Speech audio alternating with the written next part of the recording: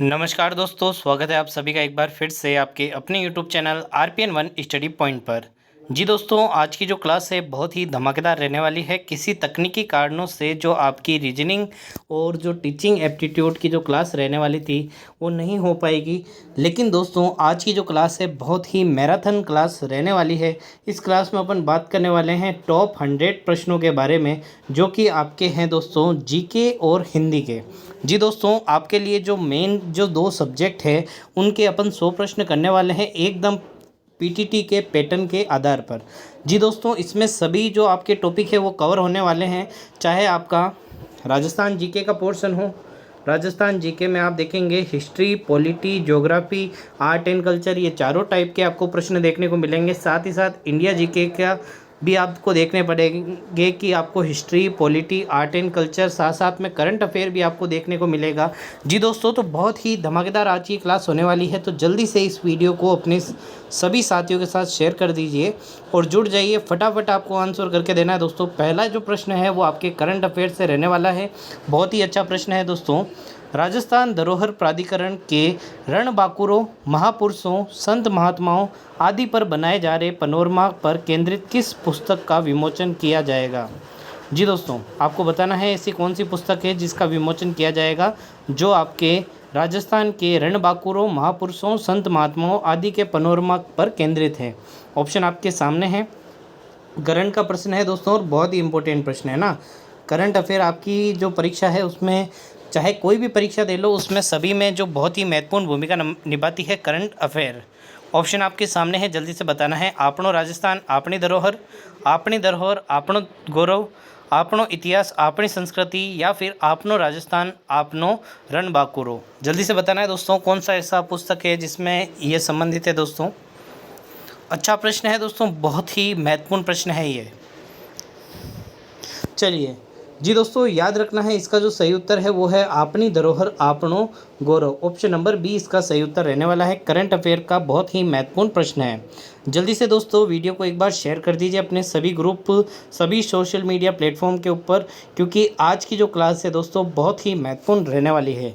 चाहे आपके current affair हो, चाहे राजस्थान जीके हो, चाहे इंडिया जीके हो, 100 प्रश्न आपको करवाए जाएंगे, लेकिन इसके अतिरिक्त भी आपको इतनी जानकारी दे दी जाएगी कि कम से कम आप कहोगे कि आज अपन ने 150 नए प्रश्न सीखे हैं। चलिए, राजस्थान की पहली वंदे भारत जो एक्सप्रेस रेलगाड़ी है वो किन शहरों के बीच चलेगी, ये आपको बताना है दोस्तों। जो पहली वंदे भारत एक्सप्रेस रेलगाड़ी है वो किन शहरों के बीच में चलेगी? ऑप्शन आपके सामने है। जयपुर से अहमदाबाद, अजमेर से दिल्ली, जोधपुर से जयपुर, या फिर बीकानेर से गुरुग्राम। चार ऑप्शन है, आपको बताना है वंदे भारत एक्सप्रेस जो रेलगाड़ी है वो किन शहरों के बीच में चलेगी, राजस्थान की पहली।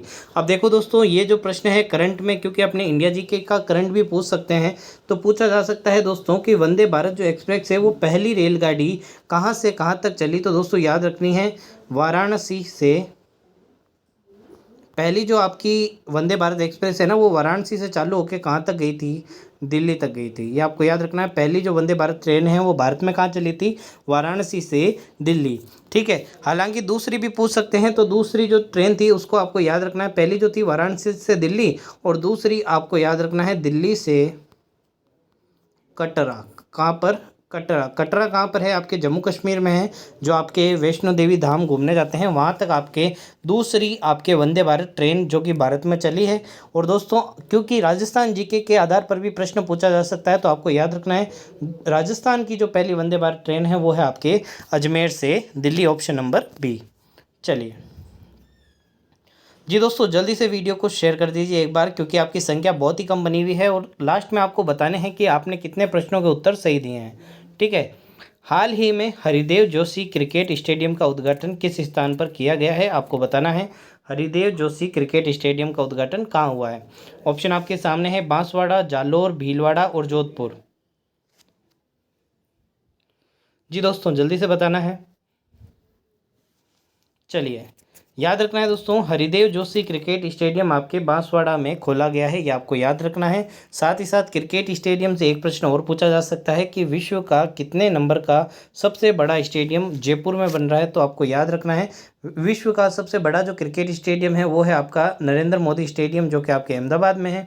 दूसरा आपके मेलबर्न क्रिकेट स्टेडियम जो कि आपके ऑस्ट्रेलिया में है, और तीसरा आपके जो सबसे बड़ा कैपेसिटी वाला जो क्रिकेट स्टेडियम बन रहा है वो आपके जयपुर में बन रहा है, ये आपको याद रखना है।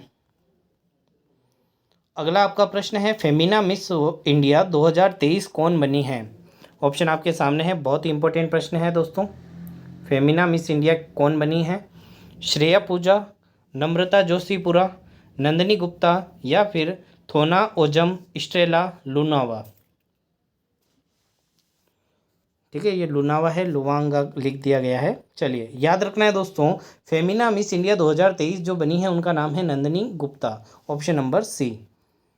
ये राजस्थान से ही है, क्योंकि राजस्थान से इसलिए अपने पीटीटी की परीक्षा में बहुत ही इंपॉर्टेंट बनता है ये प्रश्न।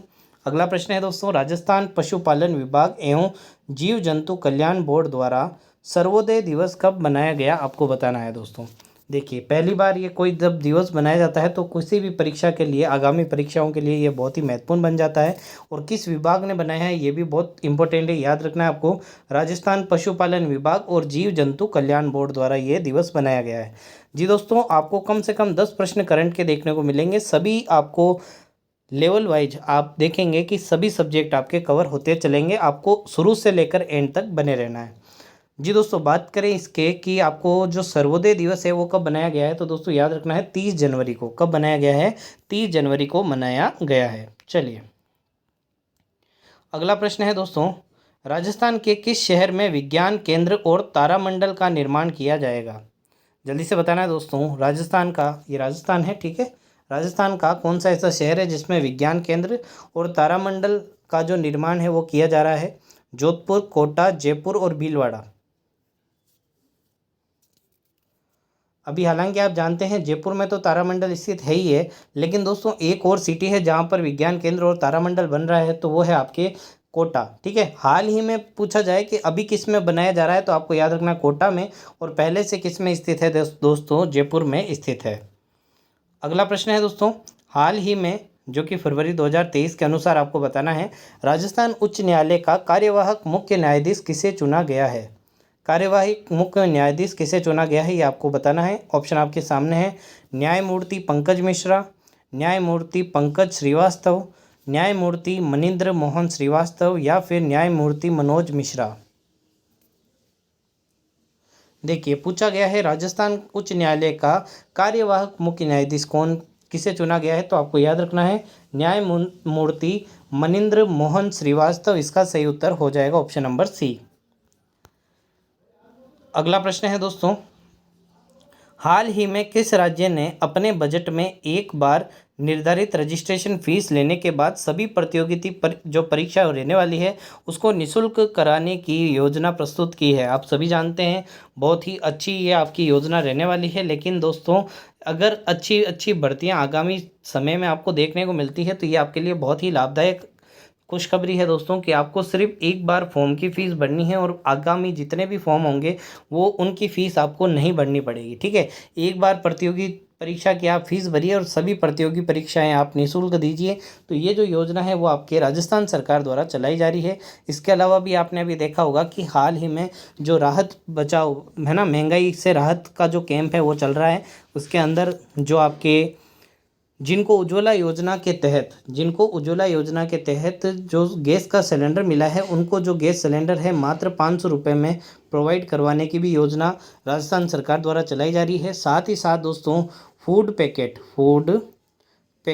ये भी जो है दोस्तों किसे प्रोवाइड कराए जाएंगे? जो भी राजस्थान के लोग हैं जिनका खाद्य सुरक्षा में नाम जुड़ा हुआ है, तो उनको क्या उपलब्ध करवाएगी सरकार? फूड पैकेट उपलब्ध करवाएगी, जिसमें तेल, दाल आदि सामान जो घरेलू सामान है वो शामिल है। साथ ही साथ दोस्तों ये भी पूछा जा सकता है कि घरेलू कितनी यूनिट तक राजस्थान सरकार ने जो है बिजली माफ़ की है, तो दोस्तों याद रखना है 100 यूनिट तक बिजली माफ़ की है राजस्थान सरकार ने घरेलू क्षेत्र में। चलिए अगला प्रश्न है दोस्तों, एटलस पर्वत कहाँ पर स्थित है? यूरोप, उत्तरी अमेरिका, अफ्रीका या फिर दक्षिणी अमेरिका? जी दोस्तों, एटलस पर्वत कहाँ पर स्थित है, जल्दी से बताना है। जी दोस्तों, याद रखना है आपके एटलस जो पर्वत है वो आपके अफ्रीका में स्थित है। कई बार पूछा जाता है अफ्रीका की सबसे जो ऊंची चोटी है वो कौन सी है, तो वो भी आपको याद रखनी है। उसका नाम है किलीमंजारो। क्या नाम है? किलीमंजारो।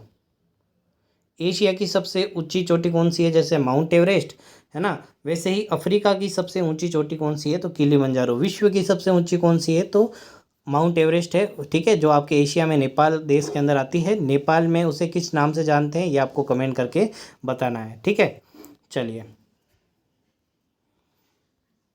आल्पस पर्वत कहाँ है? तो आपको याद रखना है आल्पस पर्वत आपके यूरोप में है। अगला प्रश्न है आपका, निम्न में से प्राचीन वलित पर्वत कौन सा है? अब आप सभी जानते हैं कि अरावली एक प्राचीन वलित पर्वत है, लेकिन प्राचीनतम वलित पर्वत में आपको अब दो दो दे दिए। कितने दे दिए आपको? दो दो एग्जाम्पल दे दिए। अब आपको बताना है कि निम्न में से कौन सा सबसे प्राचीन वलित पर्वतों की श्रेणी में आते हैं। ऑप्शन आपके सामने है विंध्याचल अरावली। ऑप्शन आपके सामने दूसरा है अरावली सतपुड़ा, विंध्याचल व हिमालय, या फिर उपयुक्त सभी। जी दोस्तों,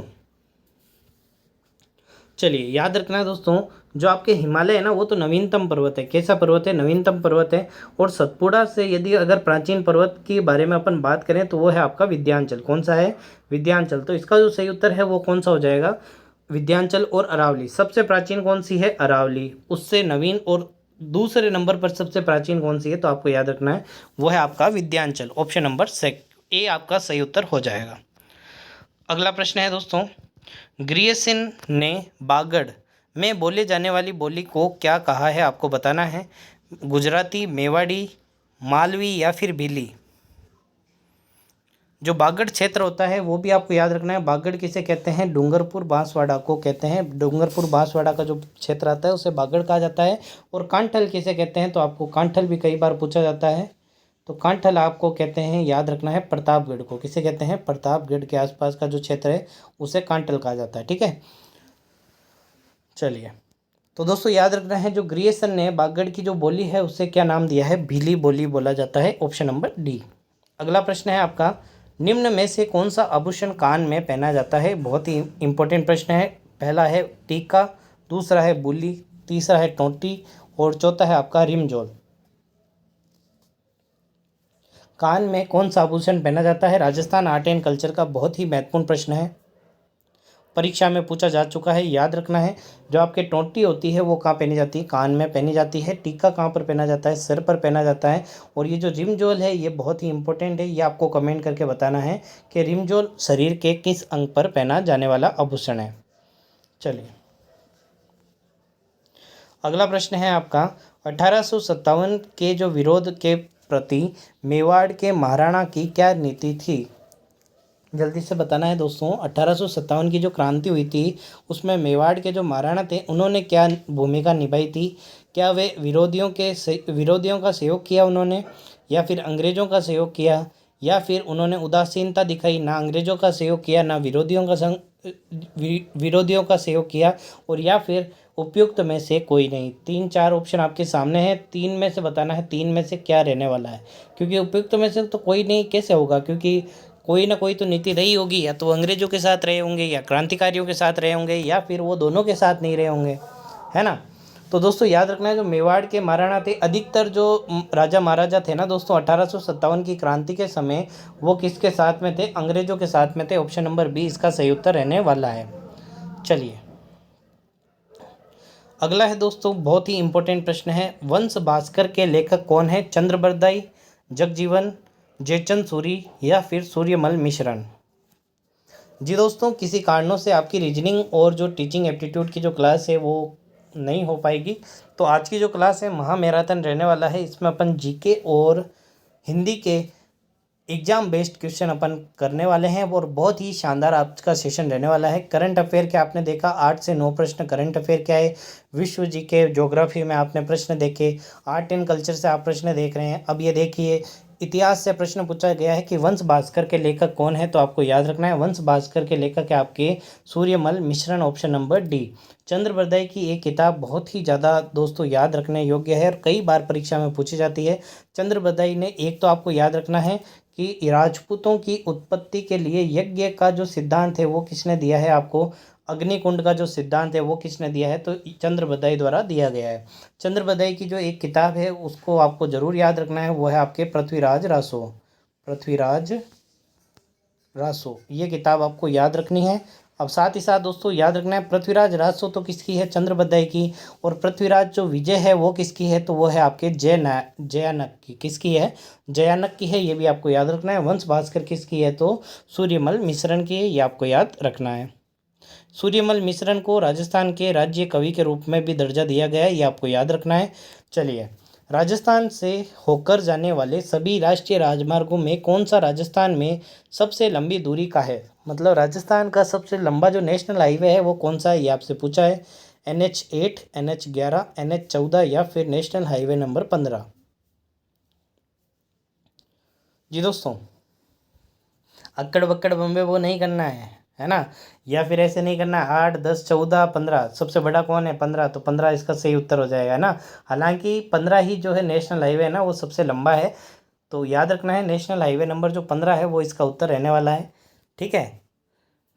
अरे बड़े वाला ऐसा याद नहीं रखना है, यूँ नहीं कि NH20 आ जाए, 25 आ जाए तो आप 25 को करके आ जाएंगे। 25 नहीं है, सबसे बड़ा नेशनल हाईवे कौन सा है? National highway number 15। चलिए, अगला प्रश्न है दोस्तों, ग्रासीय महिलाओं द्वारा किए जाने वाला वर्ताकार जो नृत्य होता है उसको क्या कहते हैं? ग्रासिया जो महिला होती है उनके द्वारा किए जाने वाला नृत्य कौन सा कहलाता है जिसमें वो वर्ताकार नृत्य करती है? तो ऑप्शन आपके सामने है, मादल नृत्य, गौर नृत्य, मोरिया नृत्य या फिर लोर नृत्य। जी दोस्तों, याद रखना है, जो आपके वर्ताकार आकृति में किया जाने वाला नृत्य है उसको अपन कहते हैं मादल नृत्य। और कई बार ये भी पूछा जाता है कि मादल नृत्य है वो कौन सी जनजाति की महिलाओं द्वारा किया जाता है? ग्रासिया महिलाओं द्वारा किया जाता है, ये आपको याद रखना है। अगला प्रश्न बहुत दोस्तों कई बार पूछा जा चुका है, PTT और राजस्थान पुलिस में तो कई बार रिपीट हो चुका है। गौरबंद क्या है? ठीक है, गौरबंद क्या है? स्त्रियों के गले का आभूषण, ऊंट के गले का आभूषण, पैरों का आभूषण या फिर उक्त में से कोई नहीं? जी दोस्तों, अब अपन देखेंगे गौरबंद क्या है, और किसी को पता नहीं है तो यही देखेगा यार, ऊंट को कौन आभूषण पहनाता है? स्त्रियों का आभूषण, ऑप्शन नंबर ए टिक करके आ जाएंगे, और घर पे आके देखेंगे तो आपका प्रश्न गलत। जबकि याद रखना है आपको, गौरबंद जो है आपकी वो ऊंट के गले का आभूषण होता है, ऑप्शन नंबर बी। अगला प्रश्न है, पूर्वी राजस्थान के मध्य पूर्व भाग में प्रधान जो बोली है वो कौन सी है ना? पूर्वी राजस्थान के मध्य पूर्वी भाग में कौन सी बोली बोली जाती है? रागड़ी, ढूंढारी, मेवाती या फिर बागड़ी?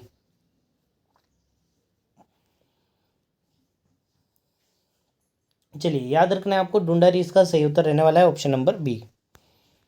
अगला प्रश्न है आपका, पृथ्वीराज विजय की रचना किसने की थी? अभी अपन बात कर चुके हैं दोस्तों, जयानक ने पृथ्वीराज विजय की रचना की थी, ये आपको याद रखना है। ठीक है। चंद्रबदाई ने किसकी रचना की थी? तो दोस्तों याद रखना है, चंद्रबदाई द्वारा पृथ्वीराज रासो की जो रचना है वो की गई थी। ठीक है। और मलिक मोहम्मद जायसी, इसने किसकी रचना की थी दोस्तों? पद्मावत की रचना किसके द्वारा की गई थी? मलिक मोहम्मद जायसी द्वारा की गई थी, आपको याद रखना है। जो अलाउद्दीन खिलजी और रतन सिंह की जो रानी थी पद्मावत, उनके बीच में जो रतन सिंह और अलाउद्दीन खिलजी के बीच में जो युद्ध हुआ था उनका जो वर्णन है वो मलिक मोहम्मद जायसी द्वारा किया गया था। उस किताब का नाम था पद्मावत। अगला दोस्तों प्रश्न है आपका, राज्य के किस किले को स्वर्णगिरी दुर्ग कहा जाता है? स्वर्णगिरी किला कहा जाता है, ऑप्शन आपके सामने है। जोधपुर के किले को, आमेर के किले को, जालोर के किले को या फिर बूंदी के किले को? जी दोस्तों, याद रखना है, स्वर्णगिरी जो दुर्ग है वो किसे कहा जाता है? जालोर के दुर्ग को कहा जाता है, ऑप्शन नंबर सी इसका सही उत्तर रहने वाला है। ठीक है। अगला प्रश्न है आपका, जयपुर शहर का नक्शा किस वास्तुविद की देखरेख में तैयार किया गया था? मंडन, पंडित विद्याधर, कर्नल टोड या फिर इनमें से कोई नहीं? राजस्थान पुलिस में पूछा गया हुआ प्रश्न है ये। चलिए, याद रखना है दोस्तों, जयपुर शहर का जो नक्शा है वो आपके पंडित विद्याधर द्वारा तैयार किया गया था, ऑप्शन नंबर बी। अगला प्रश्न है आपका, फारसी इतिहासकार ने हशमत वाला राजा किसे कहा है? राव चंद्रसेन, राव मालदेव, राव जोधा या फिर राव बीका? जी दोस्तों, याद रखना है आपको, फारसी इतिहासकारों ने हशमत वाला जो राजा है वो आपके राव मालदेव को कहा है, ऑप्शन नंबर बी। चलिए अगला प्रश्न है आपका, गांधी सागर बांध किस नदी पर बनाया गया है? ऑप्शन आपके सामने है, पार्वती, माही, चंबल और पश्चिमी बनास। जी दोस्तों, याद रखना है, गांधी सागर जो बांध है वो आपके कौन सी नदी पर बना हुआ है? चंबल नदी पर बना हुआ है। चंबल नदी पर कुल कितने बांध बने हुए हैं दोस्तों? कुल बड़े बड़े 4 बांध बने हुए हैं, जिसमें से 3 के ऊपर क्या की जाती है दोस्तों? 3 के ऊपर आपके विद्युत का जो उत्पादन है वो किया जाता है। सिर्फ एक जो ऐसा बांध है उसके ऊपर विद्युत का उत्पादन नहीं होता है, तो उससे कई बार प्रश्न आते हैं। तो कोटा जो बैराज नाम से जो बांध बना हुआ है उस पर, चंबल नदी पर बने हुए बांध में, उसके ऊपर बिजली का उत्पादन नहीं होता है। चंबल नदी जो है दोस्तों आपके, याद रखना है, जो राजस्थान की बारामासी नदी के अंदर आती है, ये भी आपको याद रखना है, ठीक है। चलिए आपको अब कमेंट करके बताना है दोस्तों, चंबल नदी पर और कौन कौन से 3 बांध बने हुए हैं? 3 नहीं, 2 ही बच्चे, क्योंकि एक तो आपको याद है गांधी सागर बांध, ठीक है, एक आपको बता दिया कोटा बैराज, और अब आपको बताने 2 और कौन से ऐसे बांध हैं जो चंबल नदी के ऊपर बने हुए हैं। मरुस्थल का प्रवेश द्वार किस शहर को कहा जाता है? जोधपुर, जयपुर, बीकानेर और जैसलमेर। जी दोस्तों,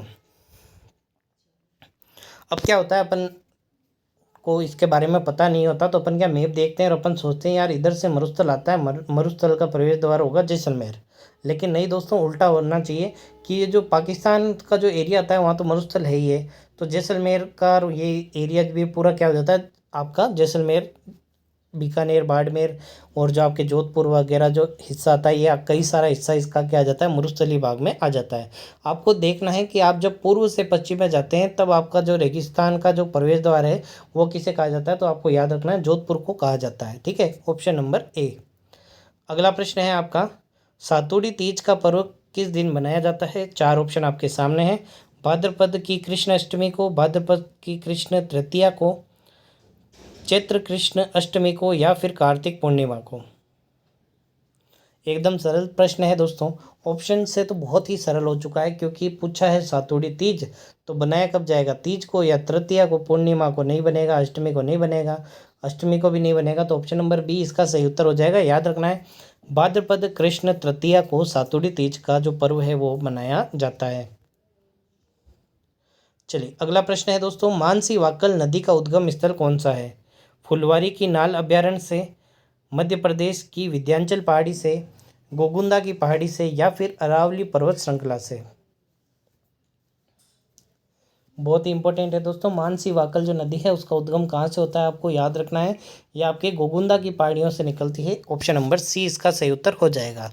जो आप गुजरात की साबरमती नदी पढ़ते हैं, विशेषकर उनकी सहायक नदियों का जो क्षेत्र है उसके अंदर ये नदी आती है। अगला प्रश्न है आपको, सिरावन से क्या तात्पर्य है?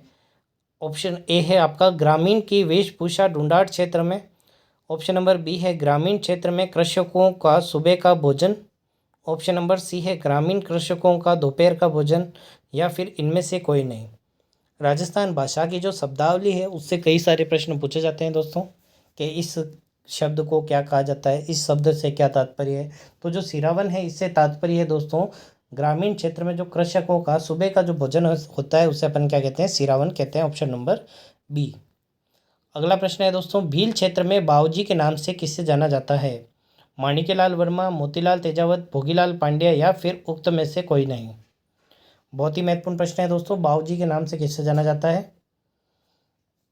चलिए जल्दी से बताना है दोस्तों, अंत तक बने रहना है दोस्तों, पूरी क्लास को अटेंड करना है और अपने आप का परीक्षण करना है। कई प्रश्न आपको इस क्लास में से देखने को मिलेंगे जो आपकी पीटीटी या फिर आगामी कोई जो आपकी राजस्थान की कम्पिटिटिव एग्जाम है उनमें आपको है जैसे जैसे देखने को मिलेंगे। चलिए याद रखना है, मोतीलाल तेजावत इसका सही उत्तर रहने वाला है, ऑप्शन नंबर बी। अगला प्रश्न है, राजस्थान में ईस्ट इंडिया कंपनी के साथ संधि करने वाला अंतिम राज्य कौन सा था? जल्दी से बताना है, कौन सा ऐसा राज्य था जिसने सबसे लास्ट में ईस्ट इंडिया कंपनी के साथ संधि की थी? अलवर, सिरोही, मेवाड़, या फिर बीकानेर। ये दोस्तों याद रखना है, सिरोही इसका सही उत्तर रहने वाला है, ऑप्शन नंबर बी। अगला प्रश्न है आपका, राजस्थान में सर्वाधिक मसाले किस जिले में उत्पादित होते हैं? भारत में सर्वाधिक मसाले कहाँ पर होते हैं? तो याद रखना है केरल। कहाँ होते हैं? केरल होते हैं। और अब पूछा जाए राजस्थान में सर्वाधिक मसाले कहाँ होते हैं? ऑप्शन आपके सामने है, गंगानगर, बारां, डूंगरपुर या फिर बांसवाड़ा। जी दोस्तों, याद रखना है आपको, राजस्थान में सर्वाधिक जो आपके मसाले होते हैं वो आपके 12 जिले में होते हैं। Option number B. अगला प्रश्न आपके भारतीय इतिहास का बहुत ही महत्वपूर्ण प्रश्न है दोस्तों। महात्मा गांधी ने सविनय अवज्ञा आंदोलन किस तारीख को छेड़ा था, यह आपको बताना है। 12 मार्च 1930, 13 मार्च 1931, 12 दिसंबर 1931 या फिर 5 मई 1932। जी दोस्तों, जल्दी से बताना है इसका सही उत्तर क्या रहने वाला है।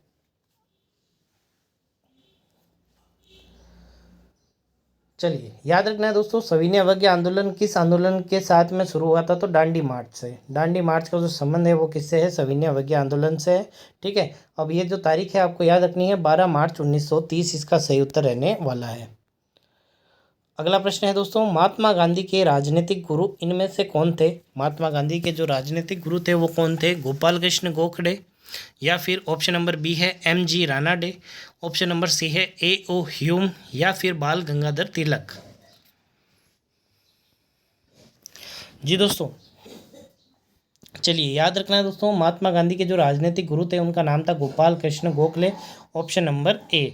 ठीक है, ये ए.ओ. ह्यूम जो है दोस्तों, इन्होंने ही किसकी स्थापना की थी? आपकी कांग्रेस की स्थापना की थी। ये भी आपको याद रखना है। किस सन में की थी? तो 1885 में की थी।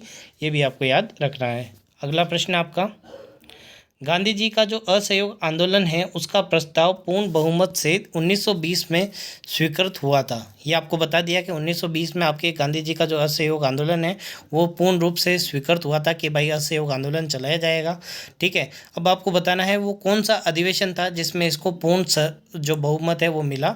ऑप्शन ए है कलकत्ता अधिवेशन, ऑप्शन बी है आपका नागपुर अधिवेशन, ऑप्शन सी है कांग्रेस कार्यकारिणी में, या फिर ऑप्शन नंबर डी है आपका खिलाफत समिति में।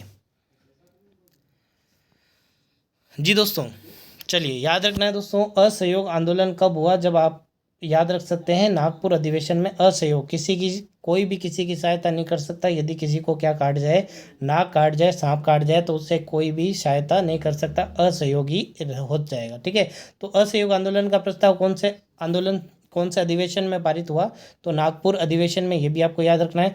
असहयोग आंदोलन किस कारण शुरू हुए? तो इसके दो मुख्य कारण थे। एक आपको याद रखना है रोलेक्ट एक्ट। क्या याद रखना है? रोलेक्ट एक्ट। अब ये रोलेक्ट जो एक्ट है वो कब आया था? आपके 1919 में। कब आया था? 1919 में। और दूसरा आपको याद रखना है जलियांवाला बाग हत्याकांड। वो भी कब हुआ था दोस्तों? अप्रैल 1919 के अंदर हुआ था। तो 1919 की ये जो दो घटनाएं थी उसके कारण नाराज होकर गांधी जी द्वारा कौन से आंदोलन शुरू किए गए? असहयोग आंदोलन शुरू किए गए। असहयोग आंदोलन की जो समाप्ति है वो कब होती है? तो आपको याद रखना है 1922 में। 1922 में एक हत्याकांड होता है, उसको अपन कहते हैं चोरी चोरा कांड। चोरी चोरा कांड। इस कारण क्या होता है दोस्तों, इसमें क्या होते हैं, कुछ ग्रामीण जो लोग होते हैं, जो आंदोलनकारी होते हैं, वो क्या करते हैं, पुलिस चौकी में आग लगा देते हैं, जिस कारण कई सारे जो अफसर है वो उनकी डेथ हो जाती है, कई सारे लोगों की डेथ हो जाती है। इस कारण महात्मा गांधी नाराज होकर 1922 के अंदर चोरा चोरी कांड हत्याकांड के कारण असहयोग आंदोलन को बंद कर देते हैं। ये भी आपको याद रखना है। चलिए, प्रसिद्ध पूना पैक्ट गांधी जी और किसके मध्य हुआ था? देखिए, गांधी जी के बारे में आपने सविनय अवज्ञा पढ़ लिया, गांधी जी के बारे में आपने असहयोग आंदोलन पढ़ लिया, क्यों शुरू हुआ क्यों बंद हुआ ये भी आपने देख लिया। ठीक है, अब आपसे पूछा गया है कि पूना जो पैक्ट है गांधी जी और किसके मध्य हुआ, ये आपको याद रखना है। और एक पूछा जाता है गांधी इरविन समझौता। गांधी इरविन समझौता के कारण जो सविनय अवज्ञा आंदोलन है वो समाप्त कर दिया जाता है, ये आपको याद रखना है। और गांधी इरविन समझौता के बाद में ही जो महात्मा गांधी है वो गोलमेज सम्मेलन के अंदर भाग लेने जाते हैं। ठीक है, कुल कितने गोलमेज सम्मेलन हुए हैं? तो कुल 3 सम्मेलन हुए हैं, जिसमें कांग्रेस कौन से सम्मेलन में हिस्सेदारी होती है? सिर्फ सेकंड के अंदर। किसमें? सिर्फ सेकंड के अंदर कांग्रेस के प्रतिनिधित्व जाते हैं, और उसमें आप महात्मा गांधी को जाते हुए देखते हैं। साथ ही साथ ये भी प्रश्न पूछा जाता है कुल कितने गोलमेज सम्मेलन हुए? 3 हुए। और इन तीनों में कौन भारतीय शामिल थे? तो आपको याद रखना है जो आपके विधि गुरु है भारत के, जो बाबा साहब अम्बेडकर साहब जो है, वो तीनों आपके गोलमेज सम्मेलन में भाग लेने जाते हैं। ठीक है, अब आपसे पूछा गया है कि प्रसिद्ध पूना पैक्ट समझौता गांधी जी और किसके बीच में हुआ, तो ये आपको याद रखना है, डॉक्टर भीमराव अंबेडकर जी के बीच में पूना पैक्ट समझौता होता है गांधी जी के साथ में।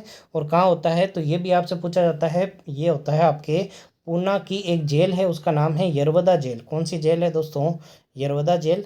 यहाँ पर हाल ही में एक म्यूजियम भी बना है, तो आपको याद रखना है, जेल की सैर करवाई जाती है आपको वहाँ पर। जो क्यों है ये म्यूजियम, क्योंकि यहाँ पर क्या हुआ था दोस्तों, गांधी जी और भीमराव अंबेडकर जी के बीच में पूना पैक्ट हुआ था। जगह आपको याद रखनी है, यरवदा जेल कहाँ पर स्थित है, पुणे में स्थित है। चलिए अगला प्रश्न है दोस्तों, वर्नाकुलर प्रेस अधिनियम किस वर्ष पारित हुआ था, जल्दी से बताना है दोस्तों, बहुत ही इंपॉर्टेंट प्रश्न है।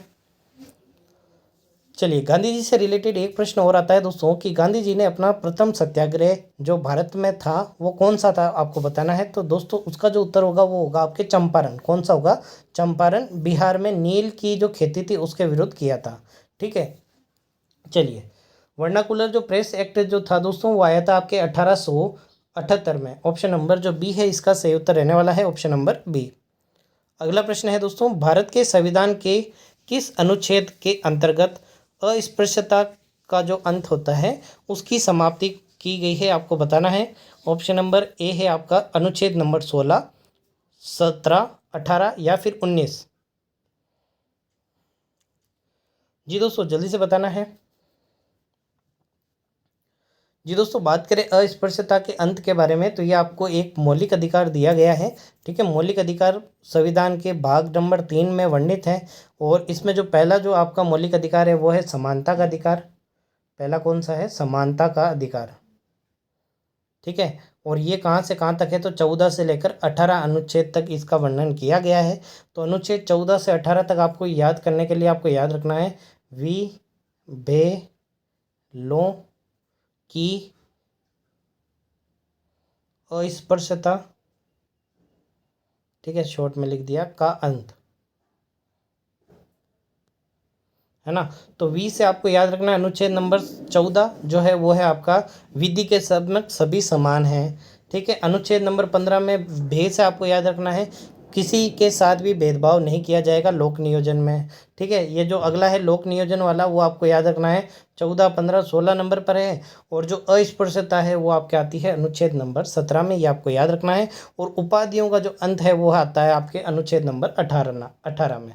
ठीक है, 19 में क्या आता है, तो बोलने की जो आज़ादी है वो आपके आती है 19 में, तो यह भी आपको याद रखना है। चलिए अगला प्रश्न है, निम्नलिखित में से कौन सा विषय राज्य सूची में शामिल नहीं है। मैंने आपको बताया था कि जो आपकी अनुसूचियाँ होती है वो खुद टोटल कितनी है, 12 है, जिसमें से जो 7वीं अनुसूची है उसमें केंद्र और राज्यों के कामों का बंटवारा किया गया है कि इस विषय पर केंद्र कानून बनाएगा, इस विषय पर राज्य कानून बनाएगा।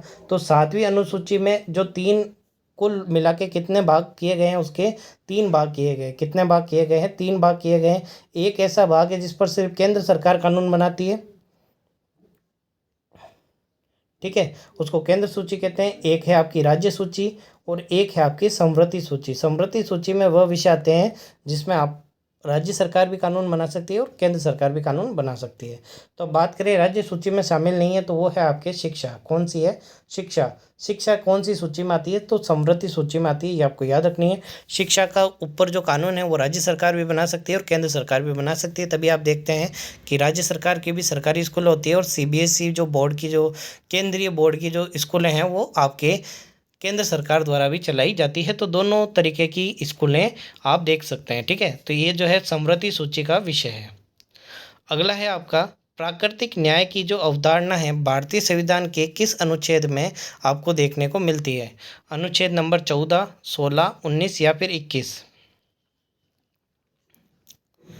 प्राकृतिक न्याय पूछा है दोस्तों। प्राकृतिक न्याय क्या होता है कि सभी को समानता दी जाए, है ना, किसी को भी बड़ा नहीं माना जाए कि भाई ये ज़्यादा पैसे वाला है तो इसको अपन न्याय में थोड़ा सा अपन पक्षपात कर लें।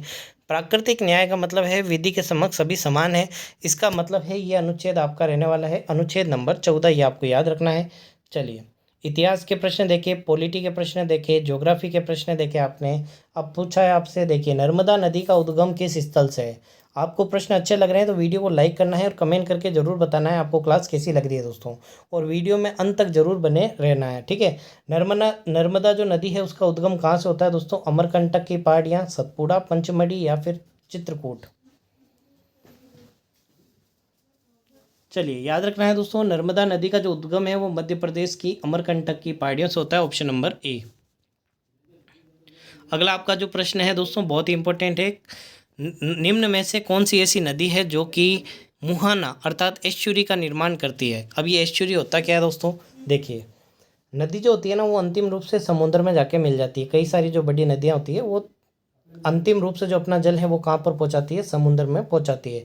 कई सारी नदियाँ बीच में विलुप्त हो जाती है, जैसे लूनी नदी होगी, घग्गर नदी होगी, लेकिन जो अंतिम जो बड़ी नदियाँ हैं वो अपना जो पानी है वो समुद्र में डालती है, ठीक है। जैसे अब गंगा नदी के बारे में अपन बात करते हैं, बंगाल की खाड़ी में जब वो जाती है ना तो वो जो अंतिम जब समुद्र में मिलने वाली रहती है ना तो वैसे नहरों के रूप में, छोटी छोटी लहरों के रूप में वो क्या हो जाती है? टूट जाती है, ऐसे फैल जाती है। तो इसको अपन कहते हैं डेल्टा। इसको क्या कहते हैं अपन? डेल्टा कहते हैं। जैसे कि सुंदरवन का डेल्टा जो बनता है वो गंगा और ब्रह्मपुत्र की नदियाँ आपस में मिलकर बनाती है, ठीक है। तो इस तरीके से जो समुद्र में मिलती है उसको तो अपन क्या कहते हैं? डेल्टा कहते हैं। और दूसरा क्या टाइप होता है दोस्तों कि एक नदी बह रही है, आगे समुद्र आया, अब ये क्या होता है? झरने के रूप में गिरती है समुद्र के अंदर। तो इस तरीके के जो समुद्र से नदी मिलती है तो इस तरीके को अपन कहते हैं एस्चुरी। तो आपको याद रखना है अरब सागर में जो नदियाँ गिरती है वो अधिकतर क्या बनाती है? एस्चुरी बनाती है। जबकि जो बंगाल की खाड़ी में गिरती है तो वो क्या बनाती है? आपके डेल्टा बनाती है, ठीक है। तो बात करें एस्चुरी का निर्माण कौन करती है निम्न में से, तो वो है आपके नर्मदा। बाकी सब क्या बनाती है? डेल्टा बनाती है, ये आपको याद रखना है। अगला आपका प्रश्न है दोस्तों, गारो पहाड़ियाँ भारत के किस भाग में स्थित है? उत्तर, उत्तर पूर्व, दक्षिण या फिर दक्षिण पश्चिम। चलिए याद रखना है दोस्तों, गारो जो पहाड़ियाँ हैं वो आपके कहाँ पर स्थित है? मेघालय में स्थित है। कहाँ पर स्थित है? मेघालय में स्थित है, ठीक है। तो ये कहाँ पर आते हैं? आपके पूर्वी क्षेत्र में आते हैं, तो उत्तर पूर्वी इसका सही उत्तर हो जाएगा, ठीक है। उत्तर की तरफ आता है और पूर्वी जो क्षेत्र है वहाँ पर रहता है, तो मेघालय में आ जाएगी। अब कई सारी जनजातियों से मेघालय से प्रश्न पूछा जाता है दोस्तों। तो मेघालय में कई सारी जनजातियाँ रहती है, जैसे कि गारो, खासी और जैंतिया। ये जो जनजातियां हैं वो कहाँ निवास करती है? आपके मेघालय में निवास करती है। तो ऐसे आपको याद रखना है। विश्व का सर्वाधिक जो वर्षा होने वाला जो स्थल है चेरापूंजी, वो भी कहाँ पर स्थित है? आपके मेघालय में स्थित है, ये भी आपको याद रखना है, ठीक है। चेरापूंजी और मासिनराम दोनों ही बहुत ही ज़्यादा बरसात होने वाले जगह है पूरे विश्व में। ये दोनों ही जगह आपके कहाँ पर स्थित है? मेघालय में स्थित है। मेघालय जो है वो सिर्फ अपनी जो सीमा है वो असम से बनाता है, सिर्फ एक राज्य से जुड़ा हुआ है, असम से। और जो मेघालय की राजधानी है वो है शिलोंग, ठीक है। और मेघालय जो है वो बांग्लादेश के साथ में भी बॉर्डर बनाता है। अगला प्रश्न है, गर्मियों के समय में भारत के महान मरुस्थल से चलने वाली गर्म हवाएं क्या कहलाती है?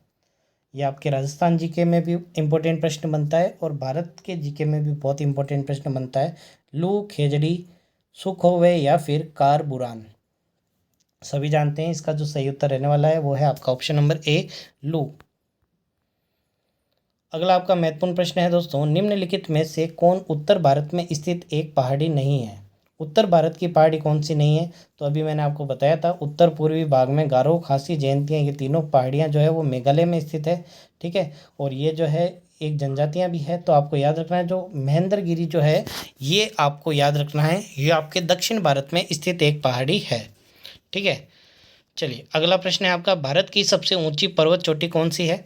पूछा है भारत की सबसे ऊंची पर्वत चोटी कौन सी है, तो याद रखना है दोस्तों, विश्व की सबसे ऊंची चोटी कौन सी है? Everest, mount Everest. कहाँ पर स्थित है? नेपाल में स्थित है, ठीक है। दूसरे नंबर की सबसे ऊंची चोटी है वो है केटू, ठीक है। अभी ये जो है वो कहाँ पर स्थित है? तो पाकिस्तान में, पीओके में। ये जो है जो पाकिस्तान के कब्जे में जो कश्मीर है उसके अंदर ये आती है। लेकिन प्योर अगर पूछा जाए भारत की सबसे ऊंची चोटी कौन सी है तो वो है आपके कंचनजंगा। और ये कहाँ पर स्थित है? आपके सिक्किम में स्थित है, ठीक है। और नंदा देवी कहाँ पर स्थित है? आपके उत्तराखंड में स्थित है, ये भी आपको याद रखना है। चलिए अगला प्रश्न है आपका, भारत के किस राज्य में गोवर्धन पर्वत स्थित है? गुजरात, महाराष्ट्र, उत्तर प्रदेश या फिर उत्तराखंड। धार्मिक जो मान्यता है उसके आधार पर बहुत ही जो ये पर्वत है बहुत ही पवित्र पर्वत माना जाता है। याद रखना है ये आपके उत्तर प्रदेश में स्थित है, ऑप्शन नंबर सी। अगला आपका प्रश्न है, निम्न में से कौन नवीन वलित पर्वत का उदाहरण है? सतपुड़ा, हिमालय, विंध्य या फिर अनाईमुड़ी। सबसे प्राचीन अपन ने देख लिया कौन कौन से थे, विंध्याचल और आपकी अरावली, ठीक है, जिसमें सबसे प्राचीन कौन सी थी? अरावली थी। अब अपन बात करते हैं कि सबसे जो नवीन वलित पर्वत है वो कौन सा है, तो आपको याद रखना है वो है आपका हिमालय। भारत में सबसे लंबी पर्वत श्रृंखला है जो कि आपके लगभग 2500 किलोमीटर तक चलती है, ठीक है। जम्मू कश्मीर से अरुणाचल प्रदेश तक ये जाती है, ये भी आपको याद रखना है। चलिए अगला प्रश्न है आपका, लोकटक झील कहाँ पर स्थित है? मणिपुर, केरल, जम्मू कश्मीर या फिर राजस्थान। चलिए याद रखना है दोस्तों, लोकटक झील जो है वो आपके मणिपुर में स्थित है। यहाँ पर एक अभ्यारण्य भी स्थित है, उसका नाम है केबुल लामजाओ। ये जो नेशनल पार्क है वो भी कहाँ पर स्थित है? आपके मणिपुर में स्थित है और लोकटक झील के वहीं पर स्थित है। इसी कारण ये क्या झील के ऊपर स्थित है ना, तो इसके चारों तरफ झील वगैरह भी है। तो एकमात्र तैरता हुआ नेशनल पार्क कौन सा है, तो भी आपको याद रखना है वो है केबुल लामजाओ, जो आपके मणिपुर में स्थित है, ये आपको याद रखना है। डल झील और जितनी भी आपकी झील है जिनके पीछे नाग आता है, तो वो कहाँ पर स्थित है? आपके जम्मू कश्मीर में स्थित है, जैसे शेषनाग झील, ठीक है, वेरी नाग, ये कहाँ पर स्थित है? जम्मू कश्मीर में। पीछे आपको नाग देखने को मिलेगा, ठीक है। राजस्थान की झीलों के बारे में तो आप जानते ही हैं, वो आपको याद रखना है। निम्नलिखित में से कौन सा जो है झील और राज्य सुमेलित नहीं है? पहला ऑप्शन है भीमताल उत्तराखंड, पुल्लिकट कर्नाटक, चिल्का उड़ीसा या फिर लोनार महाराष्ट्र।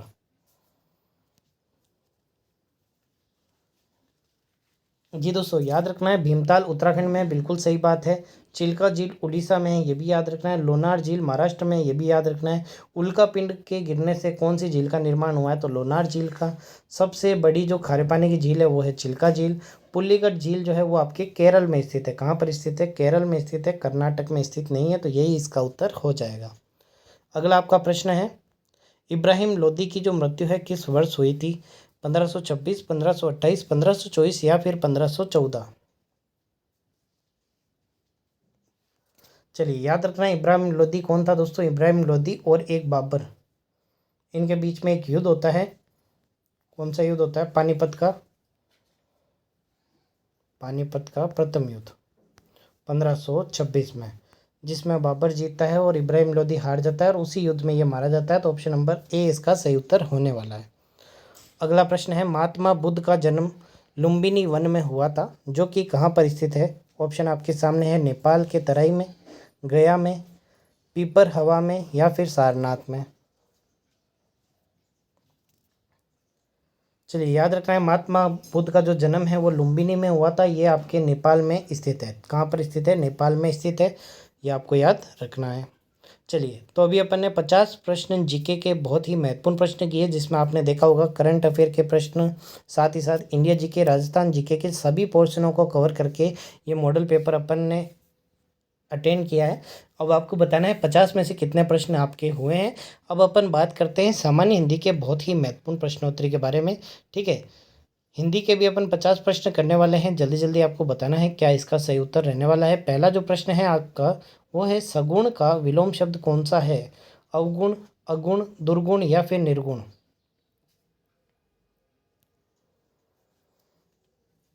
नहीं दोस्तों, ऑप्शन नंबर ए नहीं होगा। सगुण का जो विलोम शब्द है वो रहने वाला है आपके निर्गुण। क्या रहने वाला है? निर्गुण। ऑप्शन नंबर डी, ये आपको याद रखना है। पहला कौन सा था? सगुण। सगुण वो होते हैं जो ईश्वर की जो पूजा करते हैं, वो मूर्ति पूजा में विश्वास रखते हैं, और निर्गुण भक्ति के वह संत होते हैं, जो आपको याद रखना है, जो मूर्ति पूजा में विश्वास नहीं रखते हैं। अगला प्रश्न है, कृपा किस शब्द का विलोम शब्द है? कोप, कटु, क्रोध या फिर क्रूर। जी दोस्तों, आप देखेंगे कि हिंदी में भी ये विलोम शब्द, पर्यायवाची शब्द, अन्य वाक्यांश के लिए एक शब्द, मुहावरे, लोकोक्ति, संज्ञा, सर्वनाम, संधि, समास, सभी टॉपिकों को इंक्लूड करके बहुत ही रामबाण आपके लिए मॉडल पेपर बनाया गया है। तो अंत तक आपको बने रहना है। तो दोस्तों बात करें कृपा के विलोम शब्द के बारे में, तो आपको याद रखना है वो है आपका ऑप्शन नंबर ए, कोप। चलिए अगला प्रश्न है आपके सामने, जल्दी से आपको उत्तर देना है दोस्तों। अनुरक्ति शब्द का विलोम शब्द क्या है? अनुरक्ति शब्द का विलोम शब्द पूछा है आपसे। आपके सामने ऑप्शन है आसक्ति, विरक्ति, उक्ति और विज्ञप्ति। जल्दी से बताना है क्या इसका सही उत्तर रहने वाला है। विलोम शब्द पूछा है। आपकी जो पीटीटी परीक्षा है उसमें 2 से 3 प्रश्न जरूर विलोम शब्द के पूछे जाएंगे। और जो अपने विलोम शब्द का जो चैप्टर पढ़ा था उसमें जो क्वेश्चन किए थे उनसे अलग प्रश्नों को आपके सामने लाया जाया है, जिससे आपको कुछ नया प्रश्न सीखने को मिले। ठीक है, अनुरक्ति शब्द का विलोम शब्द आपसे पूछा है तो आपको याद रखना है वो है आपका विरक्ति, ऑप्शन नंबर बी। चलिए, सूक्ष्म का विलोम शब्द आपको बताना है दोस्तों। ऑप्शन है आपके सूक्ष्म का सूक्ष्म, सूक्ष्महीन, स्थूल या फिर अस्थूल। प्रश्न अच्छा है दोस्तों, कई बार बच्चे गलत करके आ जाते हैं, क्योंकि सूक्ष्म का सूक्ष्महीन करके आ जाते हैं तो वो आपके आंसर गलत हो जाता है। याद रखना है सूक्ष्म का जो विलोम शब्द होता है वो होता है स्थूल। क्या होता है? स्थूल। और कभी कभी स्थूल का पूछ लिया जाता है तो आपको याद रखना है स्थूल का विलोम शब्द अस्थूल नहीं होकर क्या बन जाएगा? सूक्ष्म बन जाएगा। ये आपको याद रखना है। जल्दी से दोस्तों वीडियो को शेयर कर दीजिए, क्योंकि आपका नंबर बहुत ही कम बना हुआ है, और अंत तक इस वीडियो में ज़रूर बने रहना है।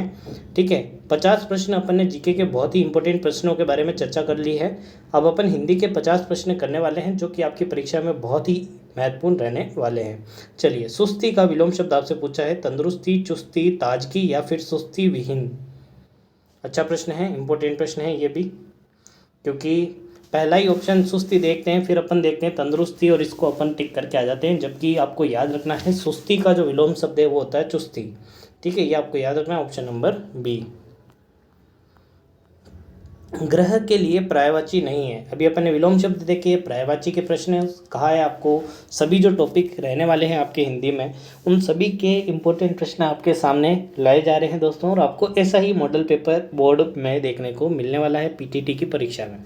चलिए, ग्रह का जो घर का पर्यायवाची वो है नहीं है। पहला है ग्रह, दूसरा है ग्रह, आलय और नीलय।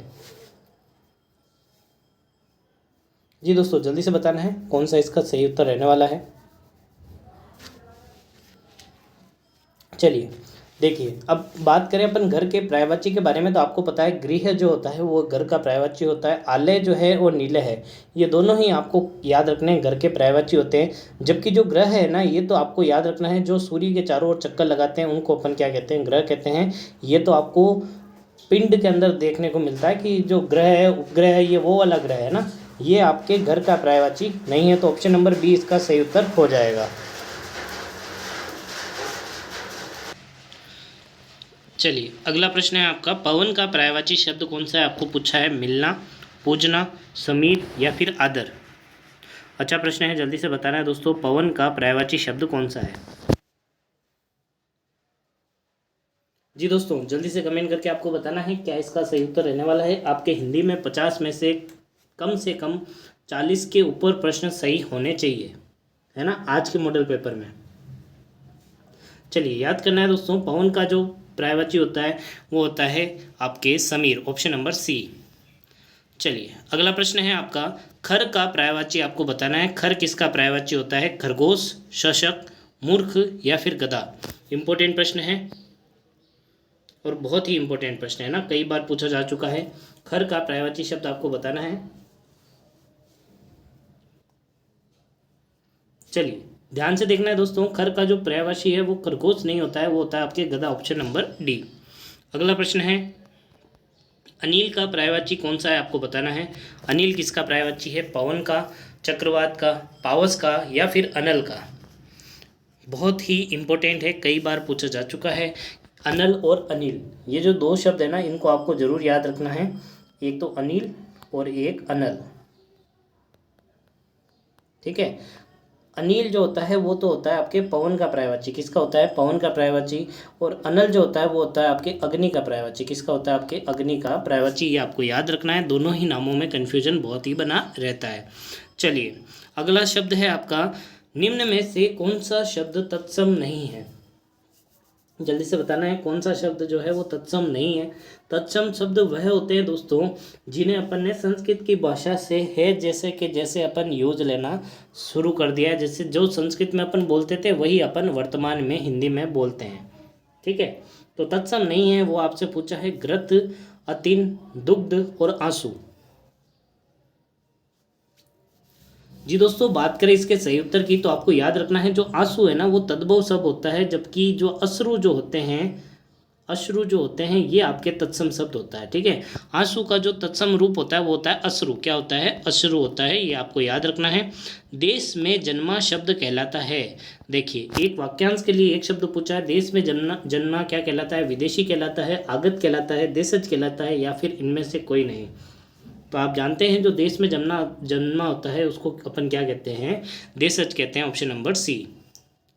अगला प्रश्न है दोस्तों, गाड़ी शब्द कैसा है? देशी है, विदेशी है, आगत है, या फिर विदेशज है? विदेशी 2 बार आ चुका है, ए और डी। लेकिन दोस्तों याद रखना है जो गाड़ी जो शब्द है वो कैसा शब्द है दोस्तों? आपके देसी शब्द रहने वाला है। Option number B. चलिए, अगला प्रश्न है आपका, विदेशी भाषा से आए शब्दों को क्या कहते हैं? ऑप्शन आपके सामने है, जैसा पूछा गया था परीक्षा में वैसा का वैसा आपके सामने है। विदेशी भाषा से आए शब्दों को क्या कहते हैं? ऑप्शन है देसी, देशज, आगत और यौगिक। अब क्या है दोस्तों, अपन देखते हैं विदेशी शब्द याद करके रखते हैं, लेकिन यहाँ पर आपको ऑप्शन ही नहीं दिए हुए विदेशी शब्द, है ना। तो ध्यान रखना है, यदि विदेशी शब्द आपको नहीं दिए हुए हैं तो उसी का दूसरा नाम है आपके आगत शब्द, ये कहते हैं। याद रखना है, यौगिक इसका आंसर नहीं होगा दोस्तों। यौगिक तो 2 भाषाओं के शब्दों से मिलकर जो बनेगा वो होगा यौगिक, है ना। आगत को अपन क्या कहते हैं? विदेशी शब्द कहते हैं। चलिए, अगला प्रश्न है आपका, निम्न में से मुस्लिम शासक के प्रभाव से आया शब्द कौन सा है ना। मतलब मुस्लिम जो थे, तुर्की फारसी भाषा से कौन सा आपका शब्द लिया गया है? हवालात, रेल, बाड़ा, या फिर ग्लास। जी दोस्तों, बात करें ग्लास के बारे में तो अपन जानते हैं ग्लास इस तरीके से लिखा जाता है। तो ग्लास जो है वो अंग्रेजी भाषा का शब्द है। बाड़ा जो है वो देसी शब्द है। रेल जो है वो आपके RAIL, रेल, यही जो इंग्लिश में रेल बोलते हैं, हिंदी में भी अपन ने रेल बोलना शुरू कर दिया। विदेशी शब्द है वो भी इंग्लिश का। और हवालात जो है वो आपके मुस्लिम शासकों के प्रभाव से आया हुआ शब्द है। तो ऑप्शन नंबर ए इसका सही उत्तर हो जाएगा। अगला प्रश्न है आपका, निम्नलिखित शब्द समूह में देशज शब्द का उदाहरण आपको बताना है। देशज शब्द के कौन से आपके जोड़ा दिया हुआ है आपको बताना है। ढोंगी चेला, भात और अन्ननास, पैसा और वोट, समय और मलेरिया। जी दोस्तों, चलिए याद रखना है दोस्तों, जो आपके देसी शब्द रहने वाले हैं वो है आपका पहला ढोंगी और चेला, ऑप्शन नंबर ए। वोट आप जानते हैं विदेशी शब्द है। मलेरिया आप जानते हैं विदेशी शब्द है, इंग्लिश से लिया गया है। और जो अनानास है ये आपके संस्कृत में, मतलब ये आपके जो तत्सम रूप होते हैं उसको अपन कहते हैं अनानास। ठीक है, एक फल होता है, आपको याद रखना है। चलिए, अगला प्रश्न है आपका, प्रतिष्ठा, जल, चमक किस शब्द के अनेकार्थी है? आपको बताना है अनेकार्थी क्या होता है। सेम टू सेम इसका अर्थ निकलता है पर्यायवाची से। किससे निकलता है? पर्यायवाची से। कई बार पूछ लेते हैं अनेकार्थी शब्द बताइए, तो अपन सोचते हैं अनेकार्थी शब्द क्या होते हैं। तो आपको याद रखना, अनेक अर्थ देने वाले जो शब्द हैं उनको भी अपन क्या कहते हैं? पर्यायवाची कहते हैं। जल से अपन याद रख सकते हैं पानी, लेकिन प्रतिष्ठा और चमक भी आपको याद रखना है। चलिए, क्योंकि प्रतिष्ठा और चमक दे देते तो अपन मोती करके आ जाते, जबकि वो अपना उत्तर गलत हो जाता है।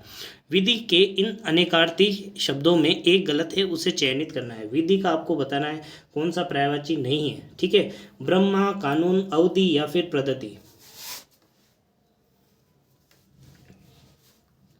ये दोस्तों याद रखना है, आपके जो अवधि शब्द है ना ये तो समय के अंतराल को बताता है, समय सीमा को बताता है, ये विधि का पर्यायवाची नहीं है। बाकी ब्रह्मा, कानून और पद्धति ये विधि के पर्यायवाची शब्दों के अंदर गिने जाते हैं। चलिए, एक और तरीके से प्रश्न पूछा जाता है कि इसमें से आपको बताना है अमृत का समानार्थी शब्द कौन सा है। पर्यायवाची कह सकते हैं, समानार्थी कह सकते हैं, इन दोनों का अर्थ एक ही होता है दोस्तों। चलिए, वज्र, तुणीर, पीयूष, या फिर वाण, जल्दी से बताना है क्या इसका उत्तर रहने वाला है।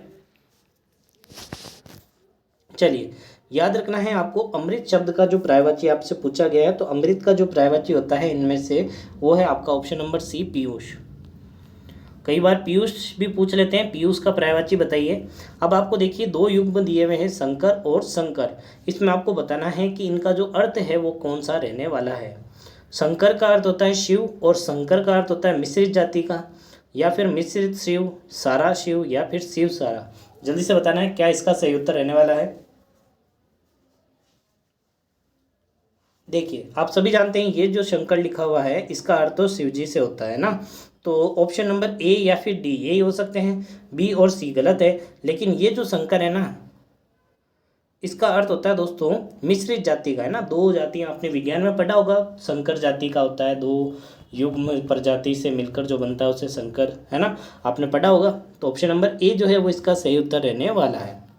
चलिए अगला प्रश्न है दोस्तों, बढ़ाई और बढ़ाई, इसका अर्थ आपको बताना है। ऑप्शन आपके सामने है, प्रशंसा, बढ़ोतरी, महानता या फिर कारपेंटर, सम्मान, तक्षक, खुशामंद और आमंद। इस प्रश्न का उत्तर आप सभी कमेंट करके बताएंगे दोस्तों कि क्या इसका उत्तर रहने वाला है आपके अनुसार। जी दोस्तों जल्दी से, चलिए याद रखना है दोस्तों, इसका जो सही उत्तर है वो भी ऑप्शन नंबर ए रहने वाला है, प्रशंसा और बढ़ोतरी। ठीक है, ऑप्शन नंबर ए इसका सही उत्तर रहने वाला है। अच्छा प्रश्न है, नोट डाउन कर लेना है, किस तरीके से लिखा जाता है वो भी आपको देख लेना है। चलिए, सभी प्रश्न ऐसे हैं जो कहीं ना कहीं किसी न किसी कम्पिटिटिव एग्जाम में पूछे जा चुके हैं दोस्तों, और आपकी पीटीटी के लिए रामबाण सिद्ध होने वाले हैं। जिसकी आशा न की गई हो उसे क्या कहते हैं, प्रत्याशा, अप्रत्याशित, आशातीत या फिर अप्रति आशा। जल्दी से बताना है क्या इसका सही उत्तर रहने वाला है। ये आपके वन वर्ड का प्रश्न है ना, वाक्यांश के लिए एक शब्द। चलिए याद रखना है दोस्तों, जिसकी आशा नहीं की जाती है उसे अपन कहते हैं अप्रत्याशित, और जिसकी आशा की जाती है उसे कहते हैं प्रत्याशित। ठीक है, चलिए अगला प्रश्न है आपका, पृथ्वी के तीन ओर पानी वाला स्थान क्या कहलाता है। ऑप्शन आपके सामने है, द्वीप, प्रायद्वीप, महाद्वीप या फिर इनमें से कोई नहीं।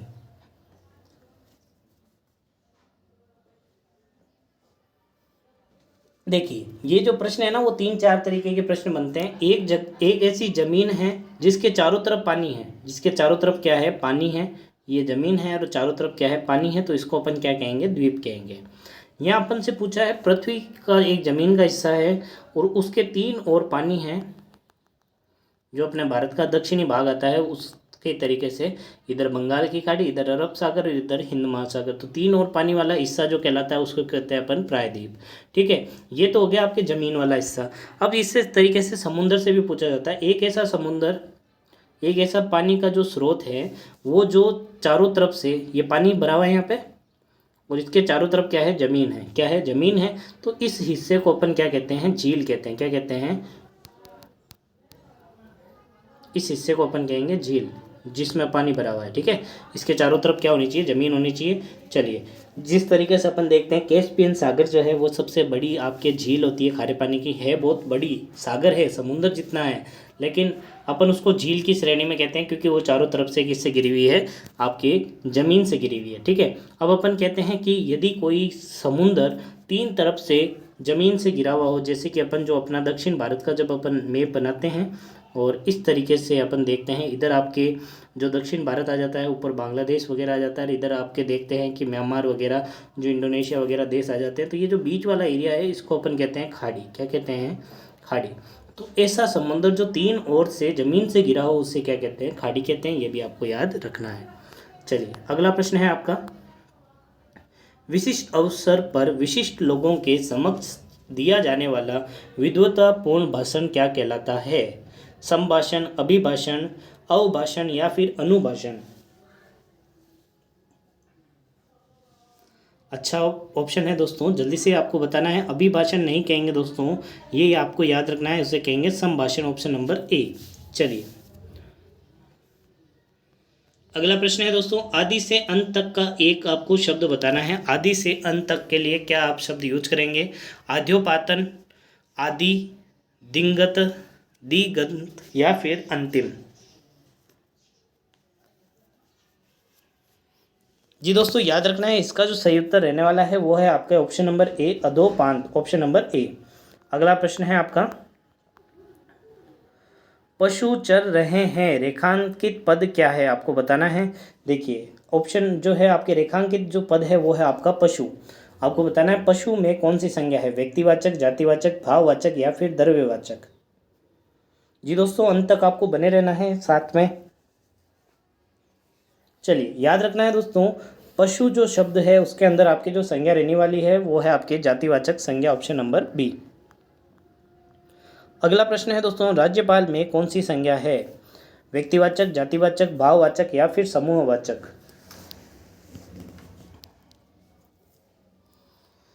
जी दोस्तों, आप देखेंगे राज्यपाल भी बहुत सारे होते हैं, तो इसमें अपन जाएंगे जातिवाचक संज्ञा के साथ में। अगला प्रश्न है आपका, निम्नलिखित में से भाववाचक संज्ञा कौन सी है? भारत, लड़का, मित्रता या फिर पेड़। जी दोस्तों, पूछा है भाववाचक संज्ञा ऐसी संज्ञा जिसको आप देख नहीं सकते हैं, महसूस कर सकते हैं, उससे आप कहेंगे मित्रता। क्या कहेंगे? मित्रता। ठीक है। भारत एक जगह का नाम है, एक स्थान का नाम है, देश का नाम है। लड़का एक इंसान का नाम है, व्यक्ति का, ग्रुप का नाम है, जातिवाचक संज्ञा है। पेड़ भी आप देखते हैं कि किसी वस्तु या फिर किसी सजीव का नाम है। ठीक है, पेड़ आप जानते हैं। तो मित्रता है जो आपके भाववाचक संज्ञा के अंदर आती है। अगला है दोस्तों, गरीबों की सहायता करो। गरीब शब्द क्या है? विशेषण, विशेष्य, जातिवाचक संज्ञा या फिर भाववाचक संज्ञा। देखिए दोस्तों, जब भी आप किसी भी चीज़ के बारे में बात करते हैं ना, तो वो दो ही चीज़ हो सकती है, या तो वो संज्ञा होगी या फिर सर्वनाम होगी। जैसे राम अच्छा लड़का है, तो राम के बारे में बात हो रही है, तो राम यहाँ पर संज्ञा शब्द है। ठीक है। अब राम की जगह पर मैं कहता हूँ वह एक अच्छा लड़का है, तो वह जो यूज किया है वो सर्वनाम है। ठीक है। अब यहाँ पर किसके बारे में बात हो रही है? गरीबों के बारे में बात हो रही है, तो गरीब एक संज्ञा होगी। लेकिन अगर मैं ये लिखूँ मतलब श्याम गरीब है, तो यहाँ जो गरीब शब्द है ना, वो श्याम की विशेषता बता रहा है, तो यहाँ जो गरीब है वो विशेषण हो जाएगा। लेकिन यहाँ पर जो गरीब है ना, वो संज्ञा का काम कर रहा है। ठीक है। तो यहाँ पर जो संज्ञा का काम कर रहा है, तो भाववाचक संज्ञा तो वो होती है जिसको देख नहीं सकते, लेकिन गरीबी को नहीं देख सकते, गरीबों को देख सकते हैं। तो याद रखना है, गरीबों शब्द में जो है वो आपकी जातिवाचक संज्ञा रहने वाली है। अगला प्रश्न है आपका, निम्न में स्त्रीलिंग शब्द कौन सा है? दुख, गरिमा, लेख और स्पर्श। बिल्कुल सरल प्रश्न है, जल्दी से कमेंट करके बताना है। जी दोस्तों, गरिमा जो है वो इसमें स्त्रीलिंग शब्द रहने वाला है, याद रखना है। चलिए, निम्न में से आपको बताना है पुल्लिंग शब्द कौन सा है? क्षमा, घटना, क्षेत्र या फिर रीति।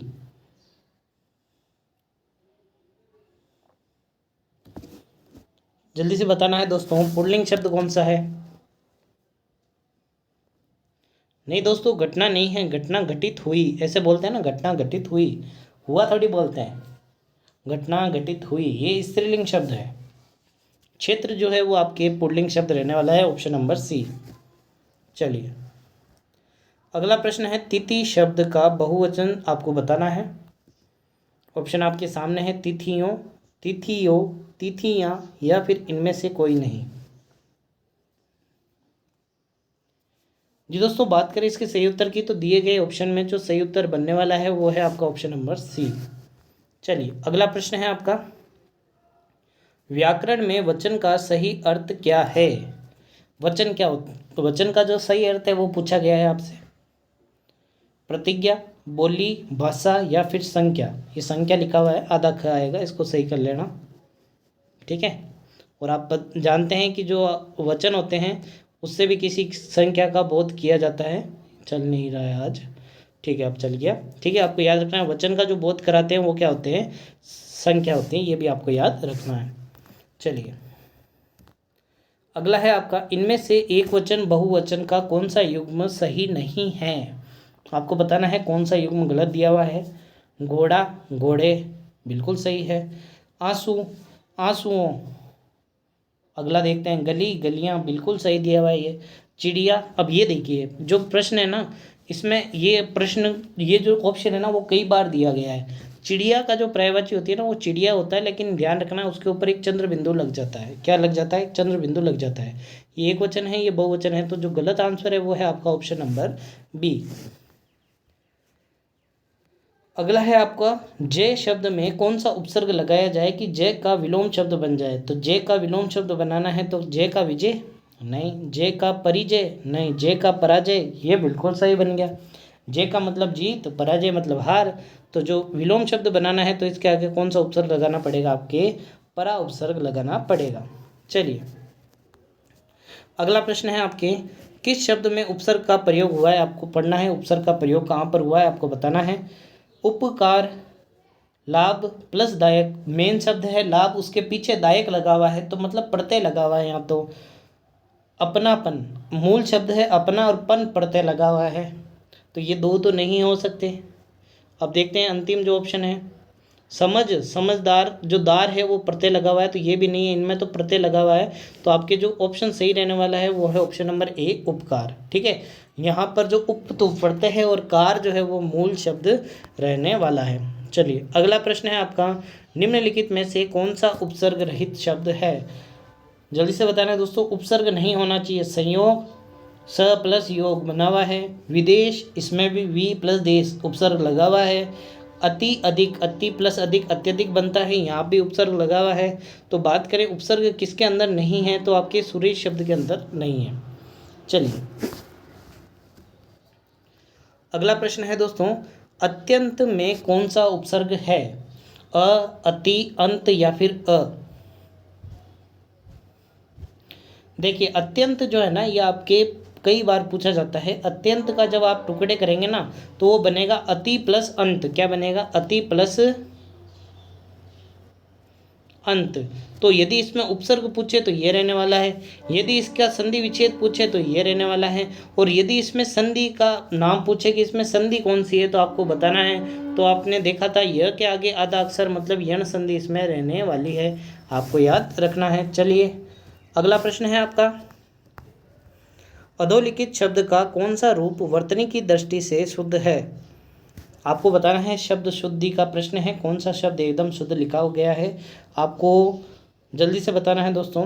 परमात्मा शब्द लिख के बताना है किस तरीके से लिखा जाता है। देखिए परमात्मा जो शब्द है ना वो बनता है परम प्लस आत्मा से, तो आपको ध्यान रखना है दोस्तों, परमात्मा शब्द को ऑप्शन बी की तरीके से आप लिखेंगे परम आत्मा। ठीक है, तो परमात्मा बन जाएगा। चलिए अगला प्रश्न है आपका, इसमें से शुद्ध वर्तनी वाला शब्द आपको बताना है। घनिष्ठ आपको बताना है किस प्रकार लिखा जाता है। चलिए दोस्तों, घनिष्ठ को अपन देखें तो किस तरीके से लिखा जाता है, तो ऑप्शन सी के अनुसार लिखा जाता है घनिष्ठ। ठीक है, तो ये इसको आपको ध्यान से देख लेना है, घनिष्ठ इस प्रकार से लिखा जाता है। शब्द शुद्धि में कई बार पूछा जा चुका है। अगला प्रश्न है आपका, इसमें से कौन सा शब्द रूप शुद्ध है? आशीर्वाद किस तरीके से लिखा जाता है? बहुत ही महत्वपूर्ण शब्द है क्योंकि कई बार गलती हो जाती है, क्योंकि अपन क्या करते हैं पहला ही ऑप्शन देख रहे हैं और पहला ही ऑप्शन अपन को सही दिखता है। यहाँ पे कई बार ऐसा होता है कि अधिकतर ये प्रश्न पूछा जाता है और यही ऑप्शन आपको पहले नंबर पे मिलेगा और ये ऑप्शन आपको बीच में कुछ भी दे देंगे और एक ऑप्शन आपको सही दिया हुआ है, वो है ऑप्शन नंबर डी, आशीर्वाद। ठीक है, मैंने आपको बताया था जो ऊपर वाला र होता है ना उसको अपन पहले पढ़ते हैं, शब्द से पहले पढ़ते हैं। तो अब बोलो आप आशीर, शी के बाद में आप र पढ़ रहे हैं और वा के पहले आप र पढ़ रहे हैं, आशीर्वाद है ना। तो शी के ऊपर अगर र लगा हुआ है तो इसको तो अपन को पढ़ना चाहिए आशीर्वाद। क्या पढ़ना चाहिए? जो ऑप्शन ए लगा हुआ है ना उसको अपन को क्या पढ़ना चाहिए? आशीर्वाद। जबकि अपन होता क्या है? आशीर्वाद होता है ना, तो आशीर्वाद ऑप्शन नंबर डी इसका सही उत्तर रहने वाला है। ठीक है, चलिए अगला है आपका, सच्चिदानंद का विच्छेद है। संधि विच्छेद आपसे पूछा गया है दोस्तों, जल्दी से बताना है सच्चिदानंद शब्द में संधि कैसा विच्छेद रहने वाला है। तो दोस्तों इसके जो टुकड़े होंगे वो होंगे आपके सत्य प्लस चित्त प्लस आनंद। कई बार पूछा जा चुका है, याद रखना है ऑप्शन नंबर ए। सच्चिदानंद शब्द में सत्य प्लस चित्त प्लस आनंद ये शब्द बनने वाला है, ये आपको याद रखना है।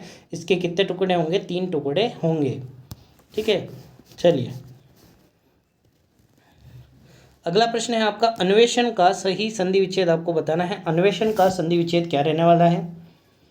अन प्लस वेशन, अनु प्लस एशन, अनु प्लस एशन प्लस अनव प्लस एशन।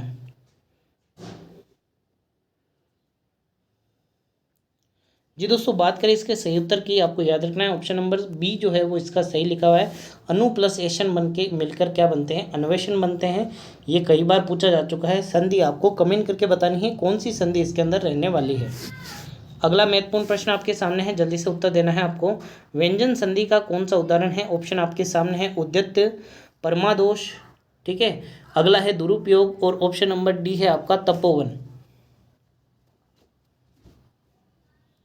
परमो शब्द दुरुपयोग तपोवन।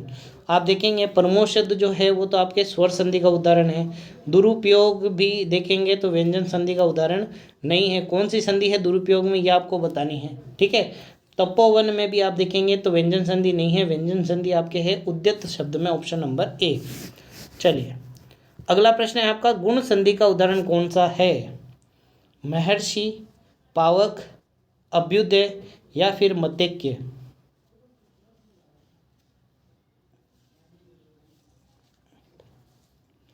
जी दोस्तों याद रखना है आपको, गुण संधि का उदाहरण पूछा है तो महा प्लस ऋषि, महर्षि होता है ना, तो वो जो शब्द बनता है इसमें आपके गुण संधि रहने वाली है।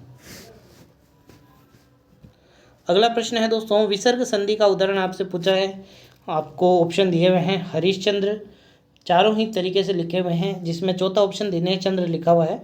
तो विसर्ग संधि का भी आपके प्रश्न बनता है और साथ ही साथ आपको शब्द शुद्धि का भी प्रश्न ये बनता है। तो दो इंपॉर्टेंट टॉपिकों को मिक्स करके ये प्रश्न दिया गया है। तो याद रखना है हरिश्चंद्र जो आप लिखते हैं तो ऑप्शन ए की तरीके से लिखते हैं, ये आपको ध्यान में रखना है, हरिश्चंद्र, ठीक है, ऑप्शन नंबर ए। अगला प्रश्न है आपका, सत्याग्रह शब्द का सही विग्रह क्या है, ये आपको बताना है, ठीक है। ये आपको समास विग्रह पूछा है, संधि के प्रश्न देखे आपने, उपसर्ग प्रत्यय के प्रश्न देखे, इससे पहले आपने संज्ञा, सर्वनाम, जो आपके शब्द शुद्धि, वाक्य शुद्धि, विलोम शब्द और साथ साथ में पर्यायवाची शब्द, जो शब्द युग्म थे, इन सभी के आपने प्रश्न देखे। अब जो समास का प्रश्न है दोस्तों जल्दी से बताना है क्या इसका सही उत्तर रहने वाला है। तो दोस्तों याद रखना है सत्याग्रह का मतलब होता है सत्य के लिए आग्रह, ठीक है, option number B. Gandhi ji ने अपना पहला सत्याग्रह, अभी अपन ने बात की थी दोस्तों, चंपारण में किया था। चंपारण कहाँ पर है? बिहार में, नील की खेती के विरुद्ध, ठीक है। चलिए अगला है आपका, त्रिवेणी संगम में कौन सा समास है, आपको बताना है। त्रिवेणी जो शब्द है उसमें कौन सा समास है, चलिए जल्दी से बताना है दोस्तों। चलिए सरल सा प्रश्न है, त्रिवेणी क्या होता है दोस्तों? जहाँ पर तीन नदियाँ आकर मिलती है उसे त्रिवेणी कहते हैं। और बात करें दोस्तों द्विगु समास में पहला जो शब्द होता है वो गिनती होती है, तो त्रि जो है वो गिनती शब्द है, तो कौन सा समास होगा? द्विगु समास रहने वाला है। चलिए अगला प्रश्न है आपका, तीन तेरह करना मुहावरे का अर्थ आपको बताना है। मुहावरे से प्रश्न है आपका, जल्दी से बताना है क्या इसका सही उत्तर रहने वाला है। जैसे को तैसा, पृथकता की बात करना, गुस्सा करना या फिर पूरी तरह फट जाना। जी दोस्तों याद रखना है, तीन तेरे करने का मुहावरे का अर्थ होता है पृथकता की बातें करना, ऑप्शन नंबर बी। चलिए अगला प्रश्न है आपका, जी दोस्तों अंतिम में आपको ये भी बताना है आपके इन 100 में से कितने प्रश्न सही हुए हैं। 50 हिंदी में और 50 आपके जीके में, कितने कितने प्रश्न आपने सही किए हैं। चलिए बाग बाग होना मुहावरे का अर्थ आपको बताना है। मेहनत करना, अत्यधिक प्रसन्न होना, संभावित कार्य करना या फिर मधुर वचन बोलना। जी दोस्तों याद रखना है, बाग बाग होने का जो आपके सही मुहावरे का अर्थ होता है वो होता है अति प्रसन्न होना। चलिए अगला प्रश्न है आपका, राई का पहाड़ बनाना, इसका क्या अर्थ बनता है? ऑप्शन आपके सामने है, बड़ा चढ़ाकर कहना, असंभव कार्य करना, कलंकित करना या फिर पुष्टि करना।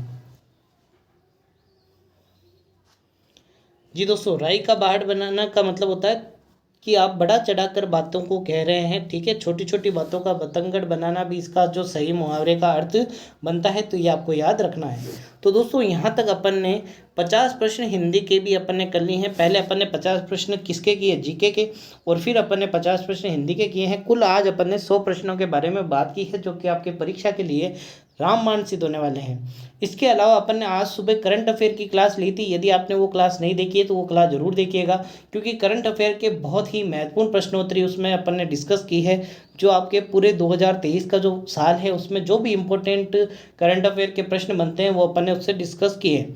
साथ ही साथ दोस्तों आपको कमेंट करके बताना है कि कितने प्रश्न आपके सही गए हैं 100 में से, और आपको किस सब्जेक्ट में किस टॉपिक में ज़्यादा प्रॉब्लम आ रही है, तो उससे रिलेटेड अपन एक टॉपिक का वीडियो पर्सनली आपको उपलब्ध करवा दिया जाएगा। साथ ही साथ दोस्तों वीडियो पसंद आया तो वीडियो को लाइक करें, चैनल पर नए हैं तो चैनल को सब्सक्राइब करें और बेल आइकन को जरूर दबाएं। साथ ही साथ दोस्तों सभी अपने सोशल मीडिया प्लेटफॉर्म पर आपको सभी साथियों के साथ इस वीडियो को शेयर करना है, जिससे सभी साथियों को इस वीडियो का फ़ायदा मिल सके। तो चलिए दोस्तों आज के लिए बस इतना ही। धन्यवाद। घर पर तैयारी करते रहना है क्योंकि आपके पास एक हफ्ते का ही समय आपके पास बचा है दोस्तों। ठीक है, तो चलिए दोस्तों, धन्यवाद।